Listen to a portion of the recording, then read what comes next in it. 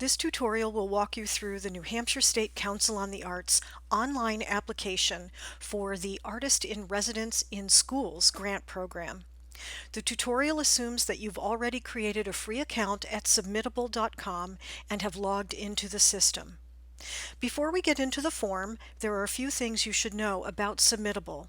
First, we strongly recommend that you complete the application using Google Chrome or Mozilla Firefox.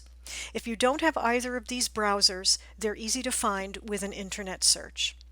Second, the Submittable system is very stable and will automatically save your application, but we do recommend that you save it manually every 15 minutes or so, just in case. There's a Save Draft button at the bottom of the application that you can scroll down to. Once you've saved your application, you can continue working on it or sign out. Third, your application will remain active for 21 days from your last login. And finally, saving your application isn't the same thing as submitting it. You'll need to click the Submit button at the end of the application for us to receive it.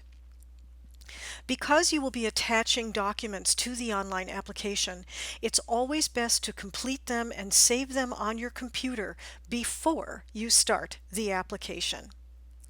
There are 7 parts to the online application, and I will go through each one. Fields marked with asterisks are required, and the system won't let you submit your application if they aren't filled out. That's very important. So, the first section, Applicant Data. Please enter the applicant's information here. If an applicant is being sponsored by a fiscal agent, the fiscal agent's information should be entered. If an applicant is applying in partnership with another organization, you should enter the information for the lead organization only. Most of this is pretty straightforward, but there are a few areas I want to mention. So scrolling down, you must choose a code for the organization's primary arts discipline. These codes are required by our partner, the National Endowment for the Arts. You'll actually do this twice in the application, once here for the applicant organization and again for the project itself. Note that there is a non-arts code for non-arts organizations. A DUNS number, this is Dun & Bradstreet, is required of all applicants. Check this box if the applicant organization serves a student body at or above 40% free or reduced lunch. We also require government certification letters if you get a grant, so it's a good idea to have them easily accessible ahead of time. We require the New Hampshire Attorney General Letter of Good Standing, the Certificate of Good Standing from the New Hampshire Secretary of State, and the organization's IRS determination letter.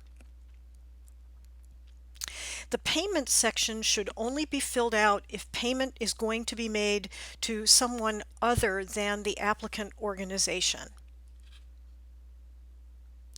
The Contact Person Site Coordinator section should only be filled out if the contact person is different from the authorized official listed in the Applicant Data section.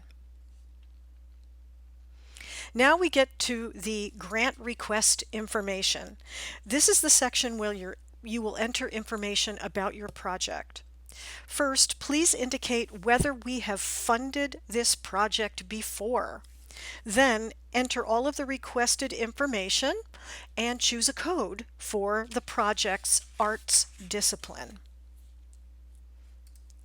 The National Endowment for the Arts requires us to collect demographic data about the projects we fund, so please answer all of these demographic questions as best you can. If you have questions about this section, please contact the grant coordinator. If you will be employing artists from one of our artist rosters, please enter their names in this box and tag them with which roster they are on. Section 5 relates to Accessibility. We are required that our grantees are in compliance with the Rehabilitation Act of 1973 and the Americans with Disabilities Act. This section asks a series of questions related to the facility where the project will occur, and accessibility. So make sure that you are filling this out very carefully. Now we get to the document upload section.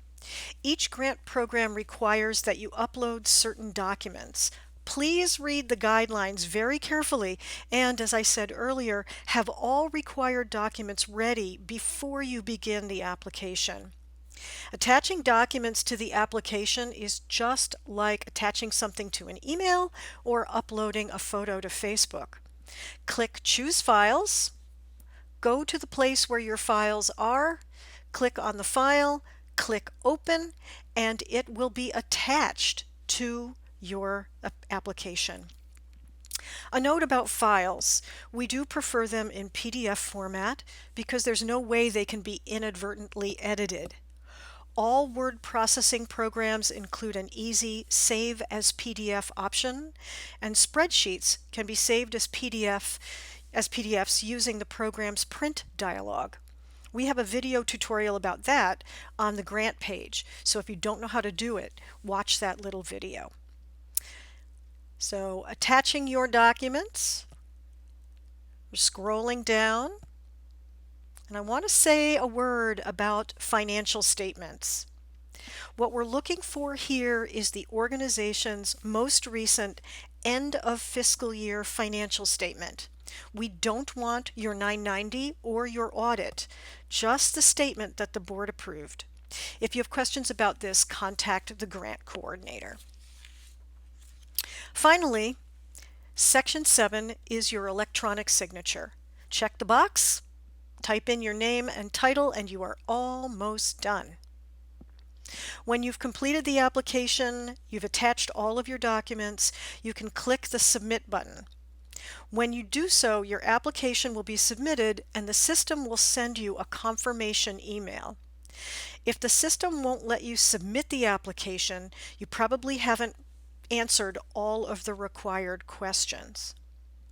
If for some reason you accidentally submit your application before you're really ready, contact the program's coordinator. That person will be able to help you. So that's it. Please let us know if you have questions. We look forward to seeing your application. Thanks.